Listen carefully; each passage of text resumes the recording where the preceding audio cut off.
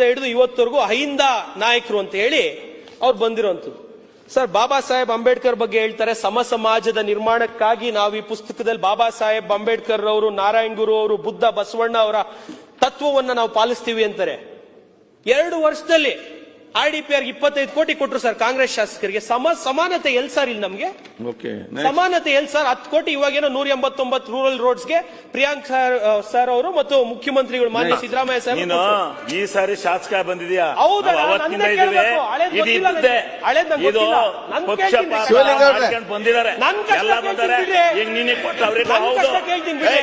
ನೀವು ಆರ್ಲು ನಾವು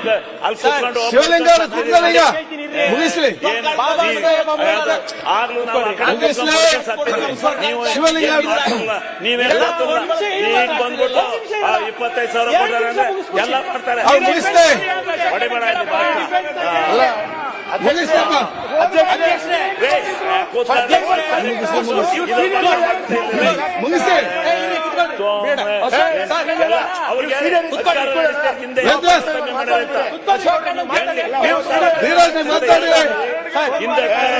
ನೀವು 8 ವರ್ಷ ಒಂದು States revenue is at it's highest peak. Service sector ಇಂದ GST ಹೈಯೆಸ್ಟ್ ಬರ್ತಾ ಇದೆ. ಇಡೀ ದೇಶದಲ್ಲಿ ನಮ್ದೇ ಸೆಕೆಂಡ್ ಹೈಯೆಸ್ಟ್ ಟ್ಯಾಕ್ಸ್ ಕಟ್ತಾ ಇದೀವಿ. We have good tax payers. They are paying good taxes to the state and they are paying good taxes to the central government. ಬದ್ಧವಾಗಿ tax ಕಟ್ಟುವಂತವ್ರು ಇರೋದು ನಮ್ಮವರು. ನಮ್ಮ ರಾಜ್ಯ ಓವರ್ ಆಲ್ ನಾವು GSTP ತಗೊಂಡ್ರೆ 5ನೇ ಸ್ಥಾನಕ್ಕೆ ಬರ್ತೀವಿ.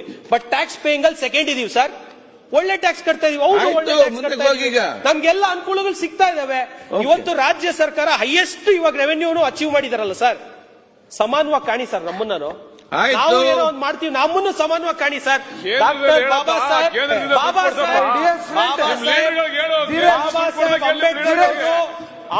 ಸಾಹೇಬ್ ಅಂಬೇಡ್ಕರ್ ಅವರು ಕೊಟ್ಟಿರುವಂತ ಸಂವಿಧಾನದ ಅಡಿಯಲ್ಲಿ, ಬಾಬಾ ಸಾಹೇಬ್ ಅಂಬೇಡ್ಕರ್ ಅವರು ಕೊಟ್ಟಿರುವಂತ ಸಂವಿಧಾನದ ಅಡಿಯಲ್ಲಿ ಒಂದ್ ನಿಮಿಷ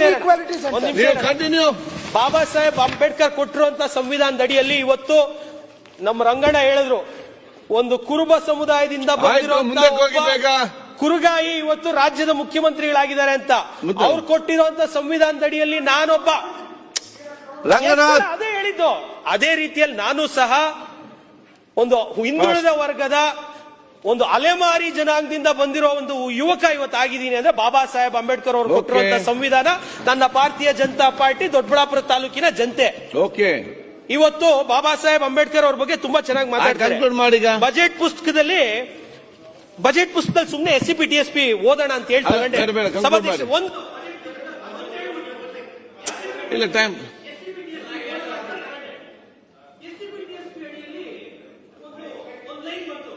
ಒಂದು ಲೈನ್ ಬಂತು ಸಭಾಧ್ಯಕ್ಷೆ, doctor BR Ambedkar birthday celebration. ಇಲ್ಲೇ ಇದೆ, doctor BR Ambedkar birthday celebration ಅಂತ ಹೇಳಿ ಸ್ಪೆಷಲ್ ಆಗಿ ಒಂದು ಪೇಮೆಂಟ್ ಹೆಡ್ ಮಾಡಿದ್ದಾರೆ ಸಭಾಧ್ಯಕ್ಷೆ. ನಾನಿನ್ನ ಅಂಬೇಡ್ಕರ್ ಜಯಂತಿ ತುಂಬಾ ಚೆನ್ನಾಗಿ ಮಾಡ್ತಾರೆ, ಟಿಪ್ಪು ಜಯಂತಿನೇ ಇಷ್ಟು ಜೋರಾಗಿ ಇಷ್ಟು ವಿಜೃಂಭಣೆಯಿಂದ ಮಾಡೋರು ಅಂತ ನೋಡಿದ್ರೆ 3.5 ಲಕ್ಷ ಇಟ್ಟವ್ರು ಸಭಾಧ್ಯಕ್ಷೆ. 3.5 ಲಕ್ಷ ಬಾಬಾ ಸಾಹೇಬ್ ಅಂಬೇಡ್ಕರ್ ಅವರ ಹುಟ್ಟುಹಬ್ಬವನ್ನ ಆಚರಿಸಲಿಕ್ಕೆ ಇದೇ ಬಜೆಟ್ ಪುಸ್ತಕದಲ್ಲಿ ಅಧಿಕಾರಿಗಳು ಕೊಟ್ಟಿರೋದ್ರಲ್ಲಿ 3.5 ಲ್ಯಾಕ್. ಆಯ್ತು, ನೆಕ್ಸ್ಟ್ ಹಿಂದುಳಿದ ಸಮುದಾಯಗಳಿಗೆ ಏನೋ ಮಾಡ್ತಾರೆ. ನಿನ್ನೆ ಮಾತಾಡೋ ಮೋಸ್ಟ್ಲಿ ಶಿವಲಿಂಗೇಗೌಡರು ಯಾರೋ ಹೇಳಿದ್ರು 40 ರಿಂದ 45 ಲಕ್ಷ ಅಲೆಮಾರಿ ಅರೆ ಅಲೆಮಾರಿ ಜನಾಂಗದವ್ರು ಇದ್ದಾರೆ ಅಂತ. ಎಷ್ಟಿಟ್ಟಿದ್ದಾರೆ?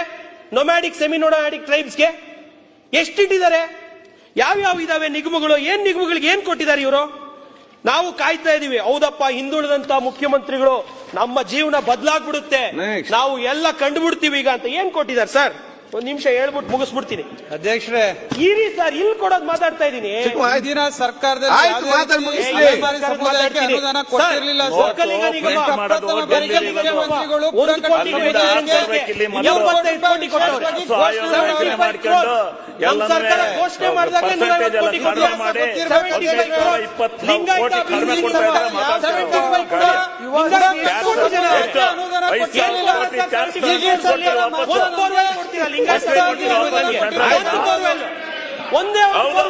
ನೀವು ಸೆಂಟ್ರಲ್